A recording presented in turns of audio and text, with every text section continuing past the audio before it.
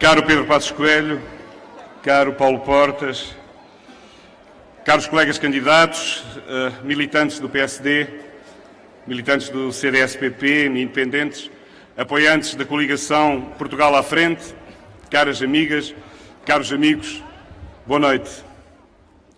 Estamos em setembro de 2015 e o Algarve, de acordo com os mais recentes dados oficiais, tem uma taxa de desemprego inferior a 11%, o que significa um valor abaixo da média dos países da zona euro.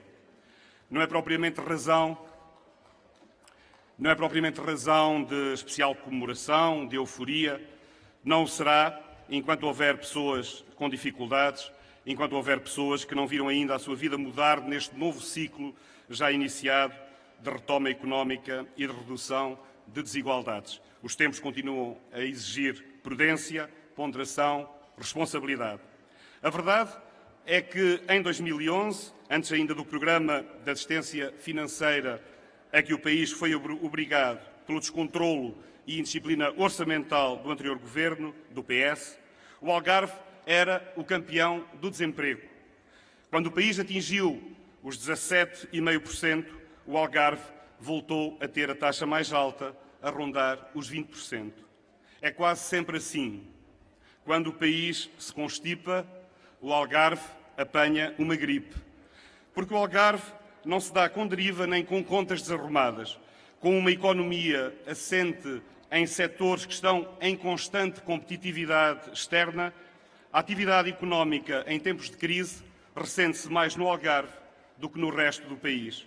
As circunstâncias da região não ajudam. A sazonalidade, desequilíbrios territoriais, desequilíbrios no peso dos diferentes setores da atividade. O turismo, atividade mobilizadora da economia e do emprego, não tem sido acompanhado por dinâmicas fortes de outros setores. Pelo contrário, há pelo menos 3 décadas que se verificam quebras no peso da agricultura, das pescas, do comércio tradicional ou da indústria.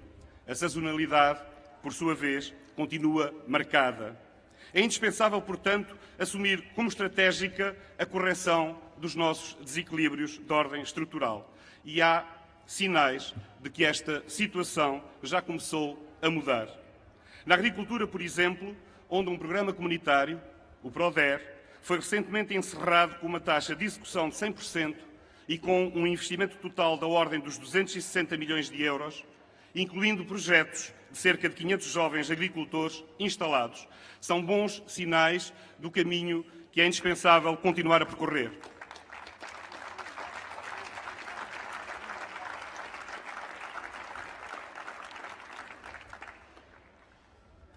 Um caminho que é indispensável continuar a percorrer em favor de um Algarve que se quer mobilizado pelo turismo, mas combatendo fatores de sazonalidade e recuperando os setores da agricultura, do mar, do complexo de atividades do mundo rural. Um Algarve que se organiza e se mobiliza e que é capaz de, a cada momento, dar exemplos do seu dinamismo e da sua vontade e capacidade empreendedora. Como neste exemplo do PRODER se demonstra, numa nova atitude e numa nova capacidade de aproveitamento estratégico de fundos comunitários, colocando-os ao serviço da economia e do emprego, em vez da história antiga que conhecíamos tão bem, da devolução à proveniência de recursos financeiros que eram postos à nossa disposição. Mostrando, ainda servindo-nos deste exemplo, como é possível uma estreita articulação estratégica entre os Ministérios e a Comissão de Coordenação e Desenvolvimento Regional do Algarve, entre a CCDR e a Direção Regional de Agricultura, entre a Direção Regional e a Universidade, aproveitando a sua capacidade de inovação e de transferência de conhecimento, e entre a Universidade e os privados, as empresas. É assim quando o país arruma as suas contas, quando dá sinais de estabilidade, de retoma da economia. O Algarve recupera, cresce mais do que a média nacional, reduz o desemprego, ganha competitividade. E é por isso que, de campeão do desemprego quando a crise mais se fazia sentir, o Algarve passou para as taxas mais baixas quando o país, arrumando a casa, iniciou este novo ciclo de retoma e de esperança. E o caso da posição do Partido Socialista em tantos assuntos, fiquemo-nos por agora com o das portagens, é paradigmático desta deriva, deste anda para a esquerda, anda para a direita, deste é assim, é assado, que tem vindo a caracterizar as suas propostas, as propostas do PS. Vamos lá ver se alguém consegue... Vamos lá ver se alguém consegue puxar o fio neste labirinto, se alguém nos ajuda a perceber esta confusão. Primeiro, o PS admite reavaliar o valor das portagens. Depois, admite recorrer às receitas das portagens para financiar a segurança social. E nós deixamos de perceber o significado do que tinha sido dito antes, ou seja, se reavaliar significava descer ou subir o valor das portagens. Depois, o cabeça de lista do PS pelo Algarve, já na semana passada, em frente ao seu líder, disse literalmente que não prometia a abolição das portagens porque eram sérios e isso seria pura demagogia. E eis não quando, pouco tempo passado, o Sr. Dr. António Costa vem admitir a eliminação das portagens, embora depois não deixe de admitir o contrário. Perceberam, não perceberam? Talvez não, é difícil perceber. Se calhar não é para perceber. Se calhar não é mesmo para perceber.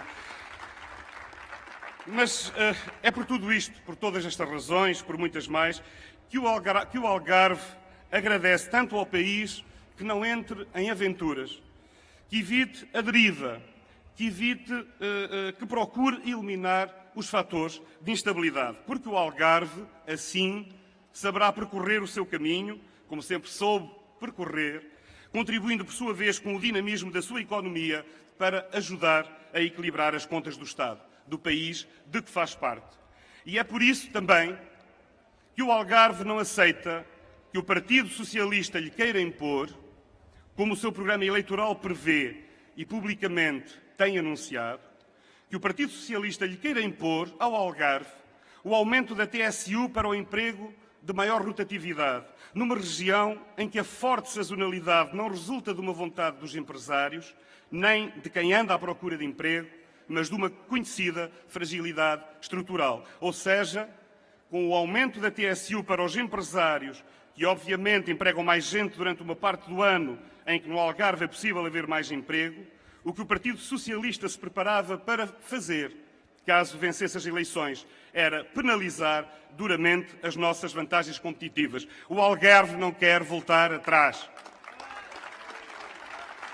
O Algarve não quer voltar a ser campeão do desemprego e rejeita ideias que podem ter bons princípios teóricos, mas que para a região se revelariam, na realidade, desastrosos. E é por isso que o Algarve rejeita com clareza esta proposta do Partido Socialista de aumentar a TSU aos empresários do turismo e dos restantes setores, como hoje tivemos a oportunidade de ver no setor da agricultura, nomeadamente onde há muita exigência de mão de obra e, portanto, não é só no turismo, é nos vários setores, numa região como a nossa, que se confronta com esta economia que é marcada pela realidade da sazonalidade. Digamo-lo com clareza, o Algarve não aceita esta espécie de imposto sobre o bom tempo que o PS se preparava, se ganhasse eleições, para impor à região.